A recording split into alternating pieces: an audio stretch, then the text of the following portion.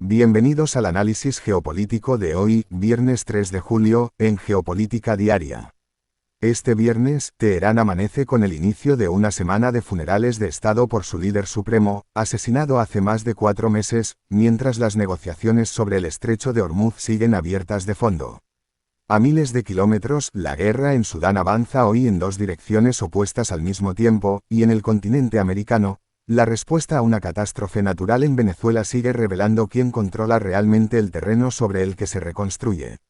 Son procesos distintos que comparten un mismo trasfondo, el de un poder que se disputa hoy con herramientas muy diversas, desde ceremonias religiosas hasta paquetes de ayuda económica.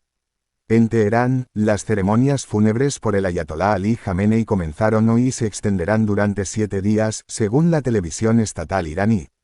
Jamenei murió el 28 de febrero en el ataque aéreo conjunto de Estados Unidos e Israel con el que arrancó la guerra entre ambos países e Irán, y su entierro se había postergado durante meses por el propio conflicto. Representantes de más de 100 países, entre ellos Rusia y China, asistirán a las ceremonias en Teherán, QOM y Mashhad, mientras que Al Jazeera informó que se esperan más de 20 millones de personas solo en la capital iraní. El funeral coincide con un proceso diplomático que sigue vivo. Estados Unidos e Irán firmaron el 17 de junio en Islamabad un memorando de entendimiento para poner fin a la guerra, y esta semana sus negociadores mantuvieron reuniones indirectas en Doha que el Ministerio de Exteriores de Qatar, país mediador junto a Pakistán, calificó de positivas. El estrecho de Hormuz sigue siendo el principal punto de fricción. Irán volvió a advertir esta semana a los buques que usen solo las rutas que designa Teherán, bajo amenaza de una respuesta contundente, mientras la firma de inteligencia naviera Kepler registró alrededor de 34 cruces diarios, muy por debajo de los cerca de 100 anteriores a la guerra. El jefe negociador iraní, Mohammad Bagher Khalibaf, afirmó además en la televisión estatal que los inspectores internacionales seguirán sin acceso a las instalaciones nucleares bombardeadas, salvo en la central de Bushehr y el reactor de investigación de Teherán. El tono en Teherán ha sido de desafío. El comandante en jefe del ejército iraní, el general Amir Hatami, prometió vengar la muerte de Jamenei frente a Estados Unidos e Israel, y el principal negociador iraní advirtió que Teherán responderá si Washington y Israel incumplen lo pactado. Israel no participa directamente en las conversaciones mediadas por Pakistán, y en el propio gobierno y la oposición israelíes han surgido críticas a distintos puntos del memorando. La guerra dejó además un frente abierto en el Líbano, donde Irán considera el cese de hostilidades entre Israel y Hezbolá una condición innegociable para cualquier acuerdo definitivo. Israel mantiene tropas en el sur libanés pese a los altos el fuego pactados desde abril, y Hezbolá condiciona cualquier tregua duradera a la retirada israelí completa. El Fondo de Naciones Unidas para la Infancia advirtió esta semana que al menos 100.000 niños libaneses podrían perderse el inicio del curso escolar por la destrucción de infraestructura educativa durante los bombardeos.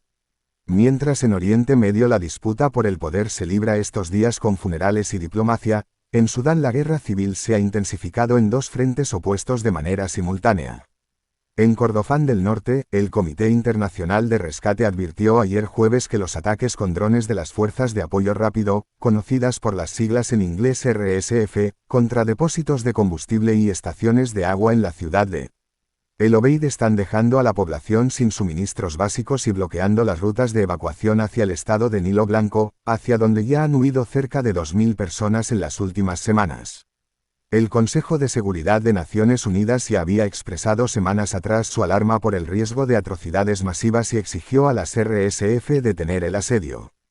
El comité advirtió que un ataque a gran escala podría repetir el patrón de El Fasher, donde el cerco impuesto por las RSF entre 2024 y 2025 terminó, según un nuevo informe de Amnistía Internacional publicado esta semana, en crímenes de lesa humanidad y limpieza étnica contra la población civil. El grupo paramilitar no se ha pronunciado sobre ese informe, aunque de forma sistemática rechaza las acusaciones de atacar deliberadamente a civiles. A más de 1.000 kilómetros de allí, en Darfur Occidental, el ejército sudanés y las fuerzas conjuntas aliadas anunciaron el pasado lunes la recaptura de la localidad de Kulbus, su mayor avance en la región desde la caída de El Fasher el año pasado, según Arab News y Africa News. Fuentes militares citadas por el medio de New Arab señalaron que las tropas gubernamentales avanzaron después hasta la zona de Jebel Moon y se situaron a menos de 70 kilómetros del Geneina, la capital de Darfur Occidental, todavía bajo control de las RSF, aunque Arab News precisó que esas afirmaciones no han podido ser verificadas de forma independiente. Las mismas fuentes indicaron que las RSF están trasladando combatientes desde Kordofán hacia el frente occidental, lo que ayuda a explicar la presión simultánea sobre el Obeid. Si en Sudán la disputa por el territorio se libra con drones y columnas militares, en el hemisferio occidental la emergencia que enfrenta Venezuela es de origen natural, aunque su respuesta tiene consecuencias tan políticas como las de cualquier conflicto armado. Han pasado 9 días desde que 2 terremotos consecutivos, con epicentro en el municipio de Beroes, en el estado Yaracuy, sacudieran el centro y el noroeste de Venezuela el 24 de junio. El país sigue bajo estado de excepción, según confirmó la Embajada de Estados Unidos en Caracas. La mandataria encargada, Delcy Rodríguez, elevó ayer jueves la cifra oficial a 2.595 fallecidos y más de 12.400 heridos, con cerca de 50.000 personas todavía sin localizar. Una patóloga forense que trabaja en la morgue temporal de La Guaira dijo a CNN en español que, en su opinión, la cifra real podría ser mayor a la oficial, aunque esa estimación no ha sido confirmada de forma independiente. La Organización Mundial de la Salud activó fondos de emergencia por $1.500.000 y ha enviado más de 6 toneladas métricas de suministros médicos, según su director general, Tedros Adhanom Ghebreyesus, mientras la Organización Panamericana de la Salud solicitó $24 millones adicionales para restablecer servicios sanitarios esenciales. La respuesta tiene además un componente militar extranjero. El Comando Sur de Estados Unidos afirmó que mantiene unos 2.000 efectivos desplegados en tierra, aire y mar alrededor de Venezuela para apoyar labores de búsqueda y rescate. El sitio Venezuelanalysis, crítico con la política estadounidense hacia Venezuela, sostiene que esas fuerzas están además instalando un nodo de mando y control en el puerto de La Guaira, en lo que describe como una extensión de la presencia militar desplegada en el país desde la captura del expresidente Nicolás Maduro el pasado enero, cuando el propio Donald Trump afirmó que Estados Unidos administraría el país hasta lograr una transición ordenada. La dirigente opositora María Corina Machado reiteró esta semana su intención de regresar a Venezuela. Y denunció que el gobierno se lo ha impedido. Así como en Venezuela es Washington quien ejerce influencia sobre el proceso posterior a un cambio de gobierno, en el Cáucaso Sur es Bruselas quien compite abiertamente con Moscú por la orientación futura de Armenia. La presidenta de la Comisión Europea, Ursula von der Leyen, concluyó ayer jueves una gira de 2 días por el Cáucaso Sur que la llevó primero a Bakú y después a Ereván. Allí anunció una propuesta de medidas comerciales autónomas que liberalizaría de aranceles cerca del 80% de las exportaciones armenias hacia la Unión Europea, 18 millones de euros adicionales de ayuda, y un fondo de 200 millones de euros para conectividad regional, medidas que enmarcó explícitamente como respuesta a lo que calificó de coerción económica por parte de Rusia. Moscú ha impuesto en los últimos meses restricciones a la importación de flores, coñac, vino y fruta armenios, alegando motivos fitosanitarios, en el periodo previo a las elecciones parlamentarias del 7 de junio, que el partido del primer ministro Nikol Pashinyan ganó con ventaja considerable. El vicepresidente del Consejo de Seguridad ruso, Dmitry Medvedev, acusó a Pashinyan de conducir a Armenia por el mismo camino que, según sus palabras, siguió Ucrania antes de la guerra con Rusia, y el Ministerio de Exteriores ruso advirtió que podría suspender el suministro de gas, derivados del petróleo y diamantes hacia Armenia si el país continúa acercándose a la Unión Europea.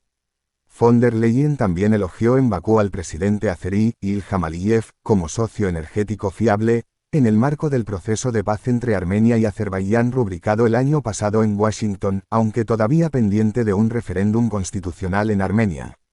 Analistas del Centro de Estudios Especial Eurasia señalaron que la estrategia europea de acercarse simultáneamente a Bakú, con un historial señalado de restricciones a la sociedad civil, y a Ereván genera contradicciones dentro del propio discurso europeo sobre derechos humanos en la región. La visita coincidió con la espera de un fallo del Tribunal Constitucional armenio, previsto para mañana sábado, sobre una impugnación de los resultados electorales presentada por los partidos de oposición, considerados los más cercanos a Moscú. Otros 2 procesos merecen una mención breve. En la República Democrática del Congo, la Organización Mundial de la Salud confirmó 1.406 casos y 438 muertes por el brote de ébola causado por el virus Bundibugyo hasta el 30 de junio, Una emergencia sanitaria internacional cuya respuesta se ha visto obstaculizada por ataques de grupos armados contra equipos médicos en el este del país. Y en el Indo-Pacífico, China amplió esta semana sus restricciones comerciales contra Japón en el marco de una disputa diplomática que Pekín atribuye al militarismo japonés y que Taipei describe como parte de una presión más amplia de Pekín sobre sus vecinos. Lo que deja este viernes es una misma dinámica repetida en escenarios sin relación directa entre sí.